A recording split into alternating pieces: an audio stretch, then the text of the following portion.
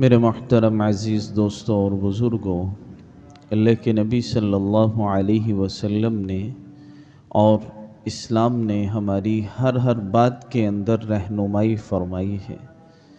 زندگی گزارنے کے بہترین طریقہ جو اللہ تعالیٰ نے ہمیں بتایا ہے وہ حضور صلی اللہ علیہ وسلم کے ذریعے بتایا ہے، اور آپ کے طریقے کو اللہ تعالیٰ نے بہترین نمونہ قرار دیا ہے کہ لوگوں تم بھی ایسے زندگی گزارو جیسے اللہ کے نبی صلی اللہ علیہ وسلم زندگی گزار رہے ہیں۔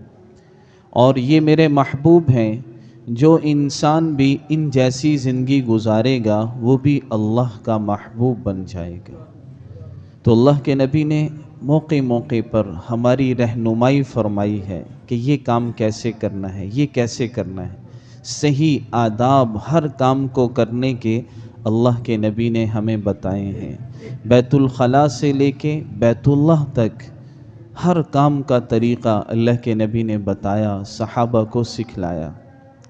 اب ایک موقع پر آپ نے صحابہ کو چند باتوں کا حکم دیا کہ یہ کام کیا کرو۔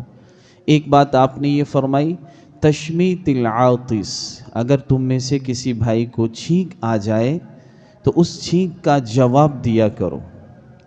اور حدیث میں ایک بات آتی ہے، ان اللہ یحب العطاس، فرمایا چھینک کو اللہ پسند فرماتے ہیں، چھینک اللہ کی طرف سے ہوتی ہے۔ وَيُكْرَهُ التَّثَاؤُبُ، اور جو جمائی ہے اس کو اللہ ناپسند فرماتے ہیں۔ اور فرمایا جب یہ آتی ہے تو شیطان ہنستا ہے اس پر، اس لیے کہ چھینک جو ہے یہ تازگی کی علامت ہے، صحت کی علامت ہے، اور اللہ کی نعمت کا اظہار ہوتا ہے اس پر۔ اور آتا ہے روایات جو ہے، بعض اطباء نے، ڈاکٹروں نے یہ بات لکھی ہے کہ انسان کے جسم پر کسی بیماری کا حملہ ہونے لگتا ہے تو اللہ انسان کو چھینک دلاتے ہیں تو فوراً وہ حملہ ختم ہو جاتا ہے، وہ بیماری نہیں آتی چھینک کی وجہ سے۔ اس لیے یہ اللہ کی نعمت کا اظہار ہے، اللہ کو یہ پسند ہے۔ حدیث میں ہے اللہ کے نبی نے اب ادب ہمیں سکھلایا چھینک کا۔ اللہ کے نبی کی عادت کیا تھی؟ حضرت ابو ہریرہ فرماتے ہیں ان النبی صلی اللہ علیہ وسلم کان اذا عطس غطى وجہہ، جب بھی آپ کو چھینک آتی آپ اپنے چہرے کو چھپاتے، بیدہ او بثوبہ، یا تو ہاتھ رکھ لیتے ایسے کر کے، یا رومال ہوتا تو رومال رکھ لیتے۔ اور فرمایا غضا بہا صوتا، اپنی آواز کو جتنا کوشش کرتے دبانے کی کوشش کرتے۔ اب ایسے چھینک نہیں لینی چاہیے کہ آدمی منہ کے آگے کوئی چیز نہ رکھے یا کپڑا یا ہاتھ نہ رکھے، اور ایسا نہیں کہ چھینک ایسی لیں کہ بہت آواز دور تک جائے، ایسا نہیں، جتنا ہو سکے آواز کو آہستہ کریں۔ یہ چھینک کا آپ نے ادب سکھایا۔ اور اس کے بعد اللہ کے نبی صلی اللہ علیہ وسلم نے فرمایا اذا عطس احدکم، تم میں سے کسی کو بھی چھینک آئے فلیحمد اللہ، اسے چاہیے اللہ کا شکر ادا کرے۔ جیسے میں نے عرض کیا صحت کی علامت ہے چھینک، اب اللہ کی نعمت کا اظہار ہے تو اس پر الحمدللہ کہنا چاہیے، اس پر اللہ کا ہم شکر ادا کریں۔ اور آگے فرمایا یقال فی جوابہ، جس کو چھینک آئی، آگے جو آدمی نے سنا کہ اس کو چھینک آئی، اس نے الحمدللہ کہا، تو سننے والا یہ کہے یرحمک اللہ، کہ اللہ تجھ پر رحم کرے۔ کتنی خوبصورت دعا ہے۔ اور فرمایا اس سننے والا یہ کہے گا جس کو چھینک آئی ہے، وہ اس کے جواب میں بھی الفاظ ہیں، حدیث میں ہے، وہ کہے گا یہدیکم اللہ ویصلح بالکم، کہ اللہ تمہیں ہدایت عطا فرمائے اور اللہ تمہارے حال کی اصلاح فرمائے، تمہارے حال کو درست فرمائے۔ اب یہ کتنی باتیں ہیں، 3 جملے ہیں اور تینوں میں اللہ کا ذاتی نام آ رہا ہے، اور کتنی خوبصورت دعائیں ہیں کہ آدمی کہے الحمدللہ، جس کو چھینک آئے وہ ضرور یہ کہے، سننے والا یرحمک اللہ کہے، پھر جس کو چھینک آئی وہ اس کے جواب میں یہ کہے یہدیکم اللہ ویصلح بالکم۔ اللہ کے نبی تربیت فرما رہے ہیں، اور یہ فرمایا چھینکنے والے کا جواب دینا واجب ہے، ضروری ہے۔ پہلی دفعہ اس کو چھینک آئے تو اس کا جواب دینا ضروری ہے۔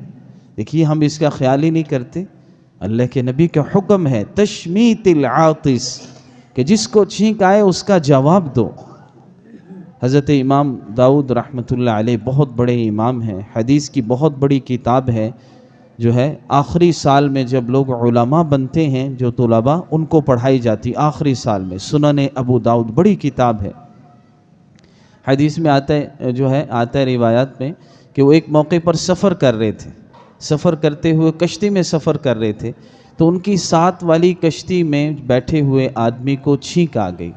اس نے الحمدللہ کہا، انہوں نے سن لیا، لیکن کراسنگ اتنی تیزی سے ہوئی کہ یہ ان کی جواب نہیں دے سکے۔ ان کی کشتی اس طرف چلی گئی، ان کی کشتی آگے چلی گئی۔ اب یہ کنارے پر پہنچے تو ظاہر کشتی کو تو اور بھی لوگ بیٹھے تھے، اس کو تو نہیں کہہ سکتے تھے واپس چلو، تو انہوں نے کنارے پر اتر گئے، سب اترے، تو ایک اسپیشل علیحدہ کشتی پکڑی، 1-2 دینار اس کو دیے اور اس کشتی کے پیچھے گئے، اور وہاں جا کے اس کو کہا یرحمک اللہ، جواب دیا چھینک کا۔ اس نے آگے سے کہا یہدیکم اللہ ویصلح بالکم۔ جب واپس آئے تو لوگوں نے پوچھا آپ اتنا تکلف کیا، 1 دینار 2 دینار آپ نے خرچ کیے، اتنا وقت لگا، آپ وہاں گئے اور پھر واپس آئے، یہ آپ نے کیا کوئی ضروری تو نہیں تھا؟ تو بڑی عجیب بات فرمایا کہ میں نے الحمدللہ اس کی سن لی تھی، اور یہ واجب عمل ہے، اور میں ایک مسلمان کی دعا لینے گیا تھا، یہدیکم اللہ ویصلح بالکم، نامعلوم اللہ کس مسلمان کی دعا میرے حق میں قبول کر لے۔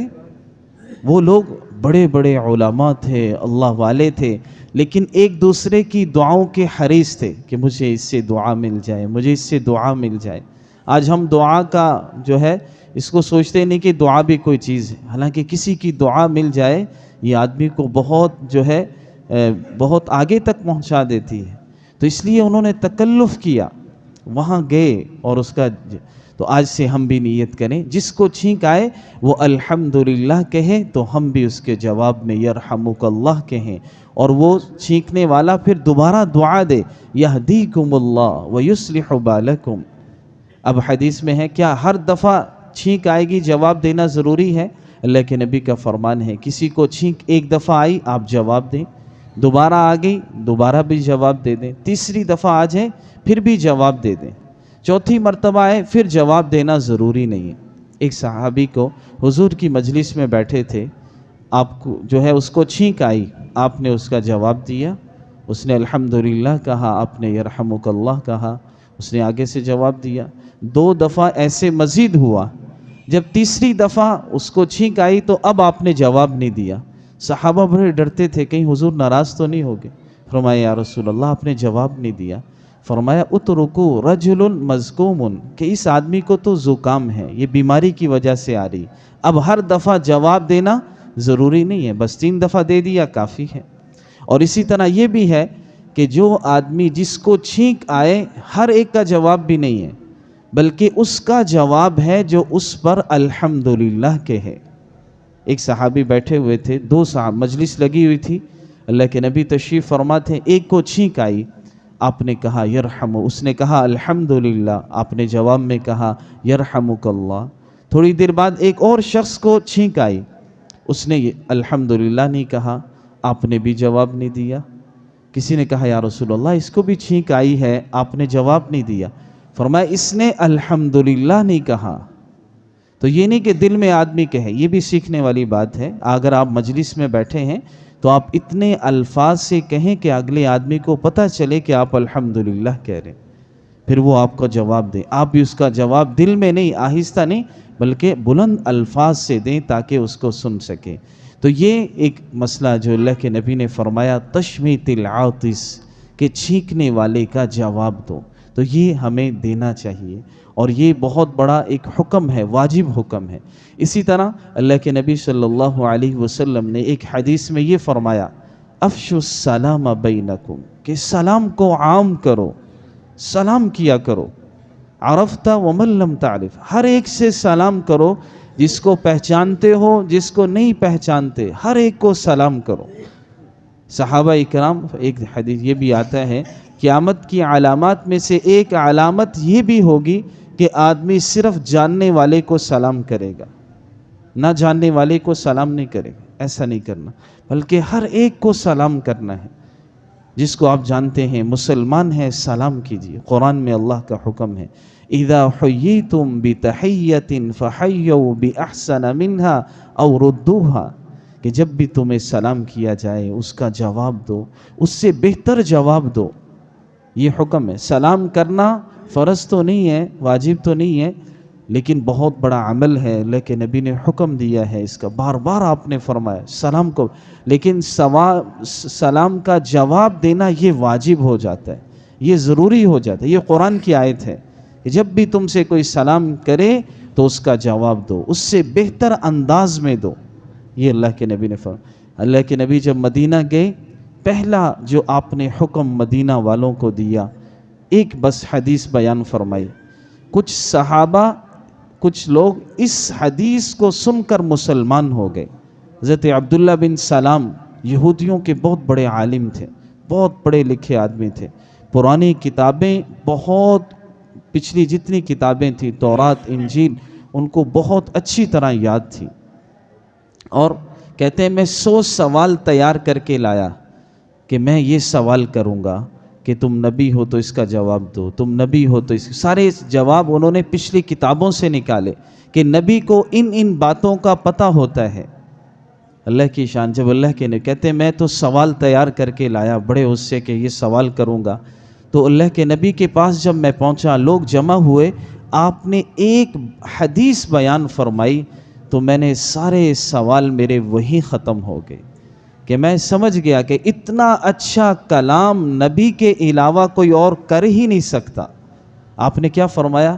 یا ایھا الناس یا اہل المدینہ، اے مدینے والو، اعبدوا الرحمن، افشوا السلام، اطعموا الطعام، صلوا الارحام، وصلوا باللیل والناس نیام، تدخلوا الجنۃ بالسلام. بس یہ بات فرمائی. کیا ترجمہ ہے؟ اعبدوا الرحمن، اے لوگو اللہ کی، رحمان کی عبادت کرو. اطعموا الطعام، لوگوں کو کھانا کھلایا کرو. افشوا السلام، سلام کو عام کرو. صلوا الارحام، رشتہ داریوں کو جوڑ کر رکھو، رشتہ داریوں کو نبھایا کرو. وصلوا باللیل والناس نیام، راتوں کو جب لوگ سو رہے ہوں نماز پڑھا کرو، تہجد، اللہ کی عبادت کیا کرو. بس اتنی سی بات ہے. تدخل الجنت بالسلام، سلامتی کے ساتھ جنت میں داخل ہو جاؤ گے. کہتے یہ میں نے جملہ سنا، میں نے کہا اتنی اچھی بات نبی کے علاوہ کوئی اور کر ہی نہیں سکتا. سارے میرے سوال ختم ہو گئے. تو اللہ کے نبی نے ایک موقع پر فرمایا کہ اس وقت تک تم جنت میں نہیں جا سکتے جب تک تمہارا ایمان کامل نہ ہو جائے. اور آگے آپ نے فرمایا کیا تمہیں ایسی بات نہ بتاؤں جس سے تمہارا ایمان کامل ہوگا؟ فرمایا جب تک آپس میں محبت نہیں کرو گے اس وقت تک تمہارا ایمان کامل نہیں ہوگا. اور آگے فرمایا تمہیں ایسی بات بتاؤں جس سے آپس میں محبت پیدا ہوگی؟ فرمایا وہ یہ ہے افشوا السلام، کہ آپس میں بار بار سلام کیا کرو، بار بار سلام کیا کرو. اس سے کیا ہوگا کہ تمہارے درمیان محبت پیدا ہو جائے. حدیث میں ہے اللہ کے نبی صلی اللہ علیہ وسلم نے فرمایا ما من مسلمان یلتقیان، کہ جب دو مسلمان، یہاں یہ شرط نہیں ہے کہ دین کی محنت کے لیے ملیں، اللہ کے لیے ملیں، یہ شرط نہیں ہے. حدیث میں مطلق الفاظ ہیں. جب بھی دو مسلمان آپس میں ملیں، مصافحہ کریں، فرمایا مصافحہ کر کے جدا ہونے سے پہلے اللہ ان کے گناہوں کو معاف فرما دے. یہ مصافحے کی کتنی فضیلت ہے. اس لیے آپ نے فرمایا سلام میں ابتدا کرو. البادئ بالسلام بریء من الکبر، کہ سلام کی ابتدا کرنے والا تکبر سے بری ہے. ہر ایک کو سلام کریں. گھر میں جائیں تو بیوی کو سلام کریں، یہ نہیں کہ آدمی عار محسوس کرے. قرآن میں ہے اذا دخلتم بیوتا فسلموا، قرآن کے الفاظ ہیں. جب بھی گھر میں داخل ہو تو سلام کرو. اس سے کیا ہوگا؟ قرآن میں ہی ہے کہ اس سے تمہارے گھر میں برکت آئے گی، تمہارے رزق میں برکت آئے گی. سلام کا معنی کیا ہے؟ جب بھی ہر قوم کا دستور ہے وہ آپس میں ملتے ہیں، ملاقات کرتے ہیں، کچھ نہ کچھ الفاظ ادا کرتے ہیں، بات کرنے لگتے ہیں. بعض لوگ بولتے ہیں ہیلو، بعض لوگ جو ہے گڈ مارننگ، صبح بخیر، گڈ ایوننگ، گڈ جو ہے نائٹ، اس طرح کے الفاظ ادا کرتے ہیں، لیکن کسی کا بھی کوئی صحیح معنی نہیں ہے۔ سلام میں اتنا خوبصورت معنی ہے، السلام علیکم ورحمۃ اللہ وبرکاتہ۔ کیا معنی؟ اللہ کی تم پر سلامتی ہو۔ سلامتی بہت اپنے اندر بہت بڑا معنی لیے کہ تم بیماری سے محفوظ رہو، پریشانی سے محفوظ رہو، ہر دشمن سے محفوظ رہو، تم پر اللہ کی سلامتی ہو جائے۔ ورحمۃ اللہ، اللہ کی رحمتیں تم پر ہوں، وبرکاتہ، اللہ کی برکتیں تم پر ہوں۔ ہم نہیں چاہتے کہ ہمارے گھر والوں پر سلامتی آئے، اللہ کی رحمت آئے، اللہ کی برکت آئے، بیوی پر آئے، چھوٹے بچوں پر آئے۔ جو ہے بچوں سے سلام کریں، ان کو سلام کرنا سکھائیں، اور کچھ نہیں، اور کوئی بات نہیں۔ جو ہے آج کل ہماری جو ہے علماء فرماتے ہیں ہم انگلش کے الفاظ سکھاتے ہیں اور چیزیں سکھا رہے ہیں اپنے بچوں کو، نہیں، سلام سکھائیں کہ بچے کو یہ پابند بنائیں، جب گھر میں آئیں سلام کریں آپس میں، جب بھی ملیں، چاہے 1 منٹ کے لیے آپ باہر گئے، دوبارہ گئے، فوراً سلام کریں۔ صحابہ آپس میں جا رہے ہیں اکٹھے، درمیان میں درخت آ جاتا، اور جیسے یہاں سے ایک، یہاں اکٹھے بیٹھے، یہاں سے ایک اس دروازے سے نکلا، ایک اس دروازے سے، دوبارہ ملے تو پھر سلام کریں، السلام علیکم ورحمۃ اللہ۔ دعائیں آپس میں، سلام کیا ہے؟ دعاؤں کا تبادلہ ہے۔ آج کل جیسے میں نے پہلے عرض کیا، ہمیں ایک دوسروں کی دعاؤں کا حریص ہونا چاہیے، ایک دوسرے کی دعا لینی چاہیے، نہ معلوم کس کی کب دعا لگ جائے۔ آج ہمیں کوئی اچھا ہمارے ساتھ کرتا ہے، ہم کہتے ہیں بہت شکریہ، تھینک یو، یہ نہیں، بلکہ جزاک اللہ کہیں۔ حدیث میں ہے کوئی بھی تمہارے ساتھ اچھا سلوک کرے، اس کے مقابلے میں تم نے جتنا مرضی اس نے بڑا احسان کیا، تم نے اس کے مقابلے میں یہ کہہ دیا جزاک اللہ، تو تم نے سمجھو اس کا بدلہ ادا کر دیا۔ اگر آپ نے کہا تھینک یو، کیا مطلب ہے اس کا؟ بس زیادہ سے زیادہ یہ مطلب ہوگا شکریہ۔ آپ نے یہ کہہ دیا بہت بہت شکریہ، شکریہ آپ کا، اس سے کوئی اس کا معنی نہیں ہے۔ لیکن اگر آپ نے یہ کہہ دیا کسی کو جزاک اللہ خیرن کثیرا، کیا مطلب؟ اللہ تمہیں بہترین جزا عطا فرمائے۔ جزاک اللہ کا معنی کیا ہوتا ہے؟ جزاک معنی بدلہ، اللہ معنی اللہ دے، خیرن معنی بہتر، کثیرن معنی بہت زیادہ۔ جزاک اللہ خیرن کثیرا، اللہ تمہیں بہت بہترین بدلہ عطا فرمائے۔ یہ آپ نے بچے کو کہا، بیوی کو کہا، اپنے دوست کو کہا، کسی بھی کو کہا، تو کیا ہو گیا؟ آپ نے ایک بہترین دعا دے دی اس کو۔ اب یہ قبول ہو گئی تو اللہ پتہ نہیں اس کا کیا بدلہ دے گا، بہترین بدلہ اللہ کیا دے سکتا ہے اس کو۔ تو یہ ہے کہ ہم ایک دوسرے کو یہ دعاؤں، ایک یہ سلام جو ہے، ایک جو ہے سلامتی کی دعا ہے، ایک دوسرے کو ہم جو ہے سلامتی کی دعا دیں، آپس میں دعاؤں کا تبادلہ ہے، سلام، بار بار ایک دوسرے سے سلام کریں۔ حدیث میں تو یہ ہے کہ لا تبدأوا بالکلام لا تجیبوا قبل جو ہے جو آدمی سلام سے پہلے تم سے بات کرے اس کا جواب ہی نہ دو، لا تؤذنوا لمن لم يبدأ بالسلام، اسے اندر آنے کی اجازت ہی نہ دو جس نے سلام نہیں کیا، تمہیں واپس بھیجو اسے کہ سلام کر کے پھر اجازت لے کر آؤ۔ حدیث میں تو یہ الفاظ ہے۔ تو اس لیے بھائیو یہ چھوٹے چھوٹے آداب ہیں، چھوٹی چھوٹی چیزیں ہیں، لیکن اگر ہم سیکھ لیں ان کی برکت سے ہمارے گھروں میں بہت برکتیں آ سکتی ہیں، بہت قیمتی اہم چیزیں ہیں۔ تو چھینکنے والے کو جب بھی جو کوئی آدمی کو چھینک آئے وہ الحمدللہ کہے، سننے والے یرحمک اللہ کہیں، وہ آگے سے یہدیکم اللہ ویصلح بالکم، اور جہاں بھی جائیں سلام کریں، سلام سے پہلے کوئی کلام نہ کریں۔ اللہ کے نبی کا فرمان ہے کہ جو ہے سلام سے پہلے کلام نہیں ہے، پہلے سلام پھر اس کے بعد بات کریں۔ اللہ تعالی ہم سب کو عمل کی توفیق عطا فرمائے۔